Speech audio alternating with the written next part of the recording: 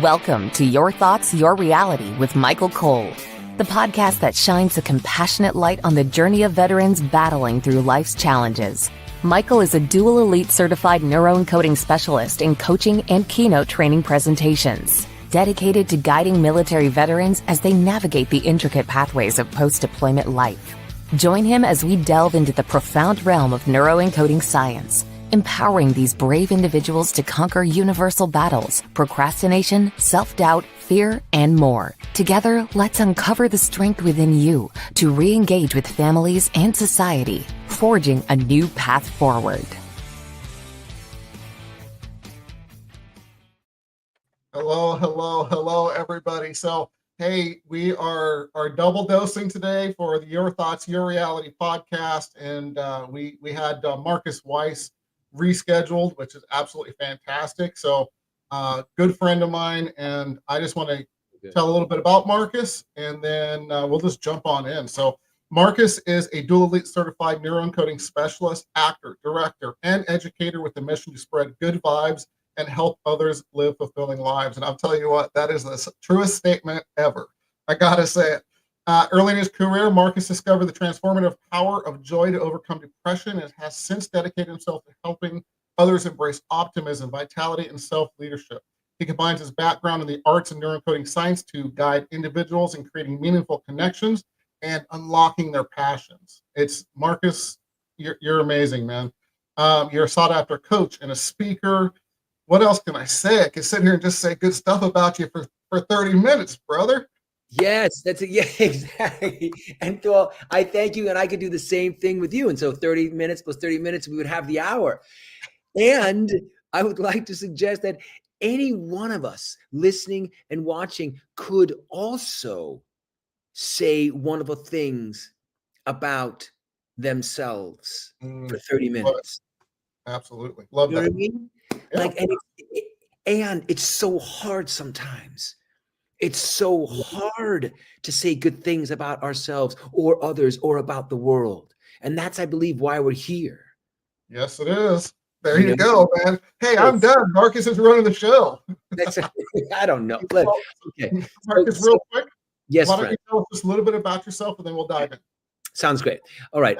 My name is Marcus Weiss, and by profession, I'm an actor, director, coach, presenter, speaker. And by passion, I soar hearts. I empower, enable, help, guide people to live from within, to get the best of themselves out, to live. And a lot of that has to do with learning how to open your eyes in the morning and say it's going to be a great day, whether verbally or to yourself, and then moving towards that light, whatever that light is for you. And so that wherever you turn your head and your hearts, you see something to move towards. And so that's the mission I'm on. That's the reason I believe I was put into this shell of a body, onto this spinning orb in the universe. That's just a little bit about me. And I could tell you that yes, I'm an award-winning actor. I've been in the professional entertainment industry for over 45 years. It's my birthday, by the way, on Monday, and I'm going to say it out loud, I'm turning 57. And that's great news. Woo! Above ground, okay? And I could say that I was with Blue Man Group for many, many years. I could say that I'm with Cirque du Soleil. I could say that, yes, I have spoken on stages all over the world and performed as well. And yet it doesn't matter what happened 30 years ago, 20 years ago, 10 years ago, or even 10 minutes ago. What matters is the here and now, and how we perceive it, and how that perception compels or incites or inspires us to move forward. And I'm just saying forward. I'm not saying onward and upward. I'm just saying forward in our lives. Absolutely. So before we really dive in, I just want to let everybody know. Let's see if I do the point the right way. I did it. On the top right-hand corner of your screen, there is a blue QR code. Please, there you go. Please, scan that if you're on the podcast forums later on. It's empowerperformancestrategies.com. Again, empowerperformancestrategies.com. It takes you to the website, has all kinds of other episodes of the podcast. It has free ebooks for both veterans and their families that I've written. It has it has, sorry, something popped up. Scotoma. Um, it has Facebook groups for both veterans again and their families. Be part of the mission. Be part of the community. Join us, and let's move the mission forward. So, with that said, this is what popped up. Happy Yeah. birthday from Susan. So, Thank you, Susan. Yes, happy birthday. You know, I will say something about, yes, my birthday, because check this out. Every year, and I do mean every year, I underplay my birthday, whether subconsciously or consciously. I don't make a big deal out of it. I forget to tell people. I don't tell people. And every day after my birthday, I somehow wish I had made a bigger deal out of it. Not for selfish reasons, but just to celebrate myself, and through that celebrate life. so do me a favor, Marcus, because you deserve all the celebration. You deserve all that celebration. Sure. Put a alarm clock on your phone for 8 a.m. to tell people about my birthday. Every day from now until Monday, you mean? No, just on Monday. Just on Monday. Just on Monday? Okay. Just that way you can't say I forgot. Yes, that is true. And here's the other thing, my friend. You think I'm not going to post it? It's in my calendar. Let's go. Let's Amen. go. If there's a person that deserves to be celebrated, Marcus, truly in this world, with the light you shine and the joy and the love that you give, it's you. I'm just saying that right now. Thank you, Michael. Absolutely. I received Absolutely, I received that. excellent, man. So let's dive in, shall we? Yes. All right. So we're gonna be talking about the life you love, or creating the life that you love. So when you speak about joy as a tool for transformation, how can veterans and their families begin to reconnect with that joy, so that they do love the life that they have, and or will have even more so?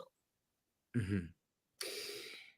So joy comes in many forms. I show up with a lot of energy often. So when I connect to that light, to that joy, which begins, by the way, in here, it's not found out there. It's perhaps triggered or enabled or guided or helped by the outside, but ultimately the light that shines and creates those feelings of joy that I'm talking about is inside of each and every one of us. And I like to call it a pilot light of joy. And it exists in all the listeners and all the viewers in this very moment. Now, pilot lights, for those of you who don't remember or don't know what that is, it's that little gas flame that used to exist, as it still exists, inside of stoves, that was always burning. And then when you turn the stove on, it created a little spark, and that woof, and then you had the gas flowed, and then you have more light. So I believe that that's always within each and every one of us. I believe we're born with it and we live with it. It's just a matter of sometimes it's turned down so low by circumstance or by ourselves, by how we perceive our circumstances, that we can barely feel it, barely perceive it. And if we can't perceive it, the outside won't perceive it either. And so how do families and veterans and their families kind of reconnect to that? I've said this before, I believe, and I will say it again, is set the bar low.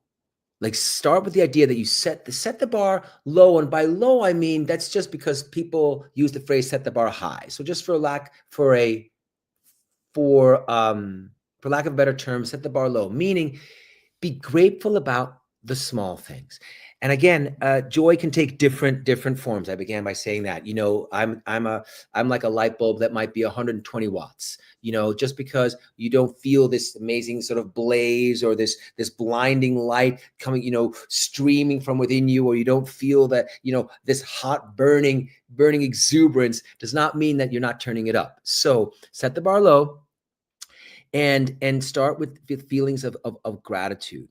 And if feelings of gratitude is too big of a phrase, then just acknowledge some things, which is, for example, that you're listening to this, that you have ears to hear, that you have eyes to see, that you have reason, that you can reason, that you are perhaps still, that you are sitting upright, and if you're not, that your eyes are open, or that you have taste buds, or that you can feel things, or that so it can just start with that, because those are some things that others do not have. And if you need to begin by comparing yourself to others, then I would certainly embrace and encourage you, listener, you viewer, to do that. And so to acknowledge what's already around you, what you already do have, Mm. and acknowledge those feelings. If you acknowledge it and say, yes, I do have sight, then go like, ooh, make a little fisticuff like this and go, yes. And acknowledge that that is joy, that can be joy. It's gratitude, joy, awe, wonder are all within the same family. Eventually, you will start to look at things that are bigger in the moment, like, oh my goodness, I have a giggling child over there, or maybe it's not even your child, maybe it's somebody else, and maybe, oh, I see a smile on somebody in the grocery store, and rather than being like, oh, well, that person might have something I don't, instead you go, that's a smile on the face of a human being, and then just smiles in general, and from there you might expand to imagining things that are not right in front of you. Mm. Yeah. Like, well, maybe there's a smile somewhere else, or maybe I can put a smile on somebody else tomorrow. Who could that be? Because smiles feel good. Who do I know I can put a smile onto? Ooh, who could I text right now? Who could I FaceTime? And then from tomorrow or this afternoon, and that might then expand to, what can I do with my life? Mm. But it Yeah. starts with the present moment, Michael, I believe. It starts And with you dropped so many amazing things there. First of all, the light bulb may not be the brightest, but make it an LED so it's steady and doesn't burn out. Let's start there. oh, Let's just start there, right? Because consistency is how you win. The tortoise and the hare, right? I mean, we can go back to there. It's not about speed. It's not about those things. It's consistency and building these skills that Marcus is talking about right now. The thought patterns are amazing. Okay, so I just want to, you dropped, I don't know how many amazing things, and it was so hard to be quiet while you kept on your flow, man. that's right. Yeah, No, please feel no, free to interrupt, because it's in the no, interruptions, it's in the tangents that oh, yeah. treasures can be found. No, but if I would have, some of those other nuggets wouldn't have been dropped. So True. I wanted to be in my silence. I wanted to let you flow and do your thing, because it was awesome. So, those things that you talk about is, just the little gifts, right? When you wake up, you do a pattern to get yourself ready and excited for the day, right? And it's a non-negotiable. And I do the same thing. When I wake up with a goofy smile on my face, and I say, what exciting, cool things am I going to do and learn today? Because every day is that gift. And I celebrate it, because we're neuroencoders. It's smile, let the good hormones, sink in there, and celebrate it, so your mind is looking for those again the next time. And then they become habits. So I love that you said that, because I do something very similar. But here's the thing that I find, Marcus, and I'm sure you do too, when you're working with somebody, is it's the little gifts that people forget about and just move past and aren't present. So if you can slow down and see just those little gifts, like you said, I brushed my teeth today because I can. I got out of bed today because I can, because there are so many others that can't. And when you have that gratefulness, it starts creating joy and an uplifting feeling in your body, period. I mean, I don't know anybody that walks around, talks about gratefulness, and isn't a happier person. How about you? Yes. And thank you so much, Michael. Oh, yes, absolutely. And there are also so many nuggets in what you just said. I will just, in this moment, grab onto that very last thing you said. I would add to that, stay in the gratitude at the end of that thought process, so that if we do go, I get to go to bed because I have one, or I get to go to bed because I am able, because I'm able to, and others can't, then go, and others can't, come back to your life. Amen. Yeah. Come back to the celebration of what it is that you can do, unless you're going out to go because others can't. And therefore, I'm going to take myself who can to go and help those. You know what I mean? So that, because oftentimes I have found in gratitude exercises, thank you. Yes. In gratitude exercises, I will often stay stuck in those who can't. And I will stay in a mode of sort of, I used to, before I became a neuroencoding specialist, and I would stay in that sense of melancholy, sadness, despair, even for those who can't, who I did not then take action for because I was imagining people in other countries or other situations. And I didn't do anything about it, but I stayed in there and therefore did not really serve my own or their uplift. And so I was in a low state. See this face? I'm an actor too. So I'm sort of reliving that. So it's important, I believe, in those situations is to acknowledge that and then come back to turning that light and keeping that light going so that we can do something with that light, that we can keep ourselves in that state, and that becomes your default. Absolutely. And I love that you said that. Thank you for adding that on there, because that is so important. And you're right, because we can do that and think about the people in California with the fires, or the people in North Carolina with the floods. And we can stay in that space, which doesn't serve anyone. No, it doesn't serve anyone. Use that to go like, hey, and I can, because they're in California, they can't. And then we go like, and I can, and therefore I will do this or I will do that. Now, whether it's going to California and digging the hands, or whether it's going overseas and serving people overseas, or whether it's coming on this podcast and serving people in a different space, we have got to turn that light up so we can keep this world, a light. Yeah. And I heard something brilliant, Michael, in this moment. I would love to share. No darkness can exist with even the slightest amount of light in it. As soon as darkness has even the tiniest bit of light, it's no longer darkness. Amen. And yet darkness can't put out light. You know what I mean? You can't have a little bit of darkness and all of a sudden the light is no longer light. The light is just a little dimmer. Absolutely. I love that. I absolutely love that. Let's dive in a little bit more to creating through joy, through those gratefulness, and just continue this going on to creating the life you'll love. Great. Because that's what the ultimate goal is, right? Because if you love your life and you're happy and you're grateful and you're these things, you're going to impact everyone around you. And I talk about this a lot, that ripple effect, and we'll call it being a leader in that sense. When you have that and you magnetize more people towards you, because people want that. They're like, what's he doing? What's she doing? God, I like that. And when you start getting, those people around you and growing that life, if you will, talk about that a little bit more, about the just continuing that and what it attracts, and then we'll circle back to other ways to create the life you love. Yeah. Oh, so good. So good. So creating the life you love, I believe is like a two-way street. So it has to do with perspective on what already exists. And it has to do with then, changing your life, like doing things to change, I suppose, your circumstances or influence your circumstances. Right. So if I were just to say, create the life you love, somebody might go, get a new job, or build a house or something like that. Yeah. At the same time, creating the life that you love has to do with creating this sense of unconditional love.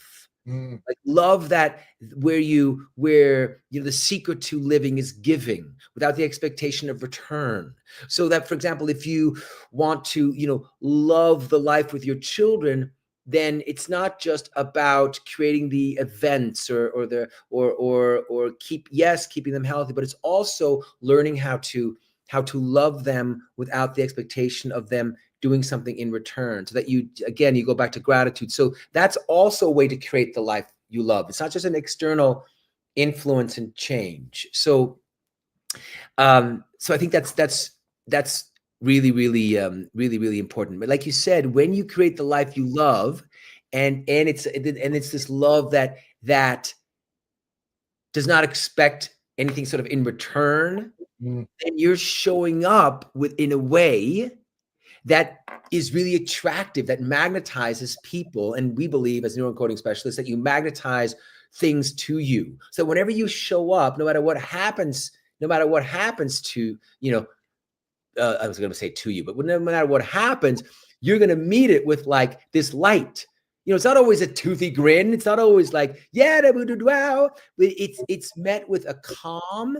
It's met with a groundedness. It's met with an acceptance. And so you're just walking through life that way. And people, like you said, whether they're aware of it or not, will look at you, will feel you, will talk to you in ways that are in admiration of that and are of, dare I say, in love with that. And they're going to want to do things with you. They're going to want to turn towards you. They're going to want to celebrate you.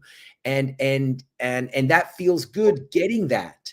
Right. And so you'll get, in practical terms, you'll get people cooperating with you. You'll get people to work for you. You'll get, if you're a leader, which I'm sure many of the listeners and viewers are, they'll, people will follow you and stay with you. Spouses will want to hang out. Kids are going to want to play with you. So I hope that helps. It does dramatically. And let's go back to expectations, right? Yes, please. Because it's like a Christmas present in your life every day. Okay. When you give out that joy and that exude that with no expectation, when you give that gift and you don't get that response you're expecting, it doesn't feel good. And that's why they say give the gift just for the giving. Yeah. Right? Because it feels good to give. Yeah. So that expectation part that you brought up, I think, is super important, because when you have that expectation of, oh, if I do this for them, I'm going to expect this, or if I say this to them, I expect that. How many times does it really work out that way from what you have in your head?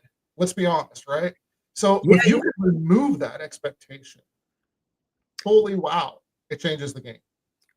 So, right. So somebody might go, okay, well, absolutely. And somebody might go, well, let's say in the process of creating the life that I love. Mhm. And by the way, I would have in parentheses, by creating love for life. Mm. How do you get to loving your life? Well, it's learning how to love life. Mm. And somebody might go, well, let's say I want to become a boss, or I want to move up in my company. And how can I then, and so I give, so I'll give and I'll show up like this.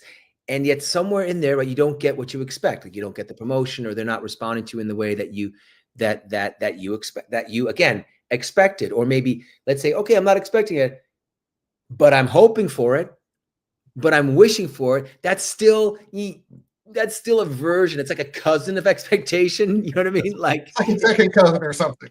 Yeah, you're like being aspirational is like, it becomes like like a 16th of an inch towards expectations, and so you don't get that. So you can only influence people. You can't control them, right? So then you have to go back to, well, find a way to love what you do. Mm. And if you don't, and love can take different forms. And love sometimes is not just following your heart. I was reminded of this recently, if I may share this. Please.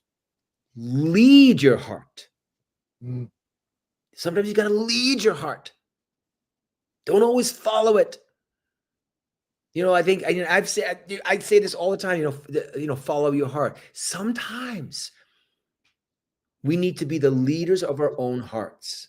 And that is a form of love also, is that we might feel, we don't feel like we love the work, but it's like we have to then lead our heart into like acting as if we loved it.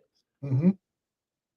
A famous boxer whose name I won't mention right now, or it's not important, said, doing what you love, Discipline is doing what you don't love as if you loved it. Amen.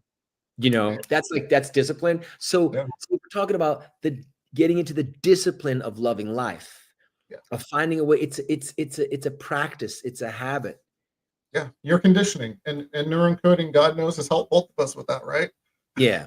I Yeah. know we've both been in dark places, and we've both come on the other side of that. And I don't want to get it deep into this right now, but I mean, how has life changed for both of us in the last 2 or 3 years? Yeah, tremendously. Tremendously. I mean, look at you go. Look I at mean, you go. oh, thank you. You in my life, just every time I get to talk to you, and I do say get to, because I'm grateful for it. Mhm. Every time I'm just like, I'm gonna have Marcus on. I'm gonna get to call Marcus. I mean, That's the key. Yeah, man.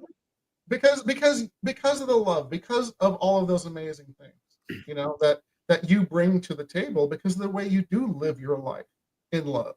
And I think it's fantastic, man.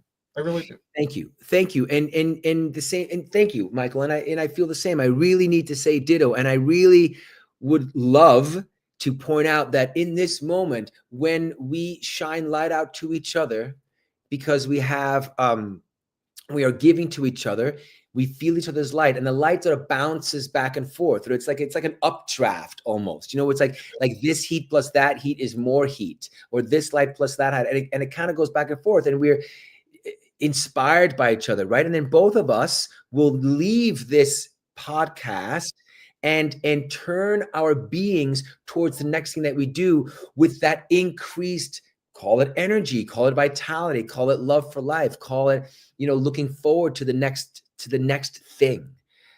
And whatever that thing is, and if we cannot expect that next thing to be anything specific, then we're just like, I'm going to turn towards whatever. That's called loving life.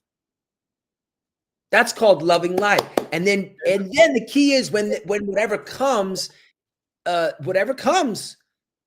got to have we get to have the discipline to go, yep, that's life.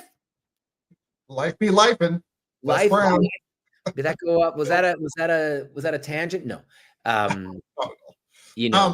So we're almost out of time, unfortunately. I want to share something, a little exercise just for people really quick. It's called the 50-foot rule.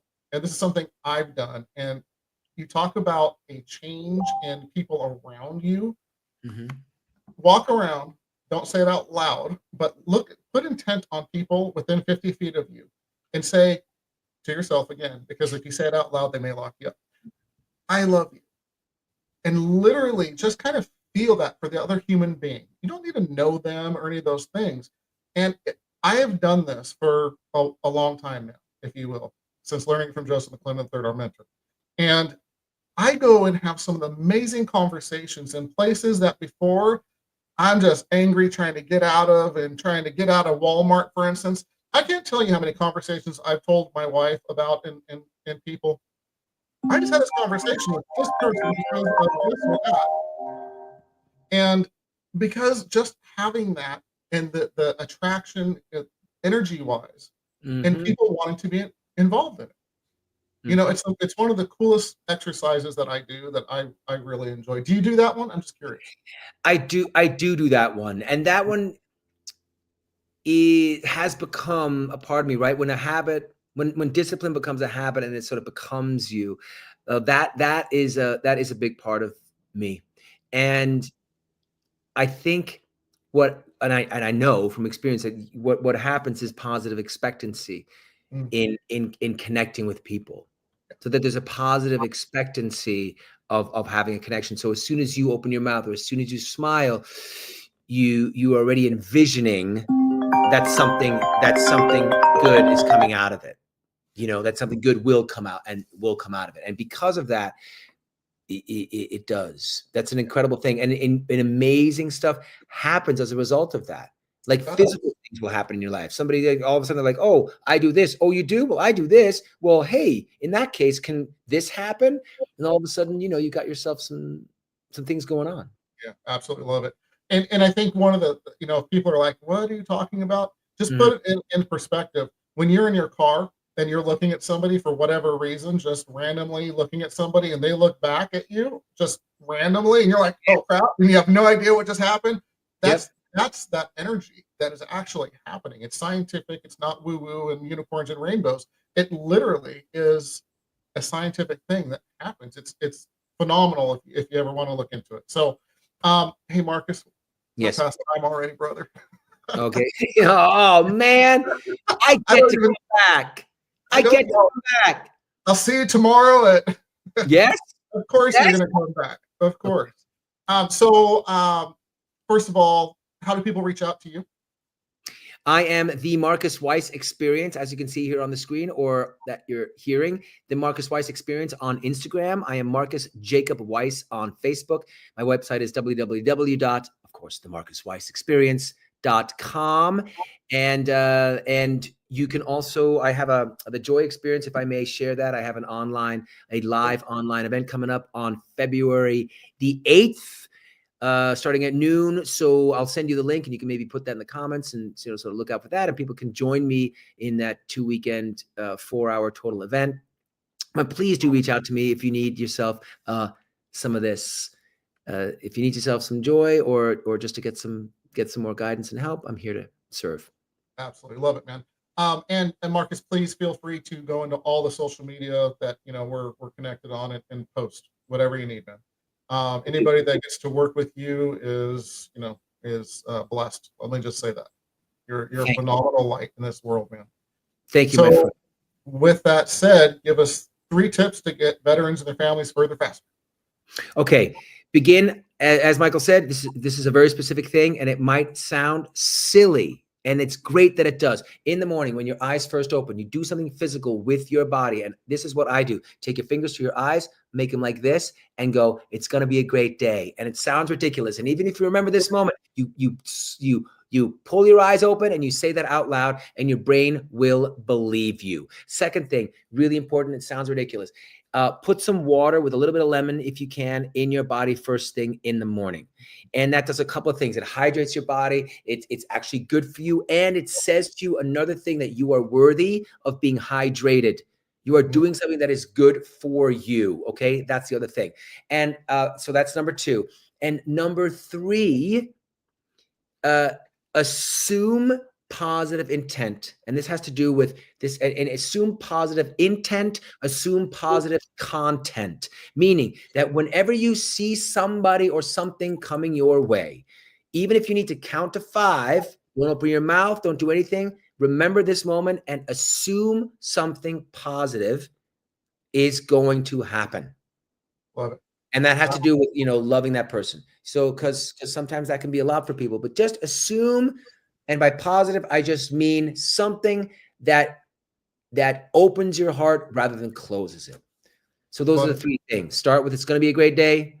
Take some water into you and assume positivity moving forward. I love it. And I just want to add to that just real quick. So please, when you do these things and you are in that state of mind, the little things don't bug you. The stacking perception of good things coming puts you in a different state of mind, and the little things don't bug you like they normally would. For me, I'm just saying for me. So with that said, Marcus, love you, brother, man. I truly do. Most important resource we have as human beings is time. We don't get it back. Thank you for being with us. Thank you for spending time with us and our audience, bringing joy and happiness and all these amazing tips and thoughts, man. I appreciate you. I appreciate you too. Thank you for having me, Michael. And on that note, say that again. I'm sorry. I said any and all times. We'll have you back for sure. All right, everybody, we're out of here. Thank you for joining us on another insightful journey of Your Thoughts, Your Reality podcast with your host, Michael Cole. We hope the conversation sparked some thoughts that resonate with you. To dive deeper into empowering your thoughts and enhancing your reality, visit empowerperformancestrategies.com. Remember, your thoughts shape your reality, so make them count. Until next time, stay inspired and keep creating the reality you desire. Catch you on the next episode.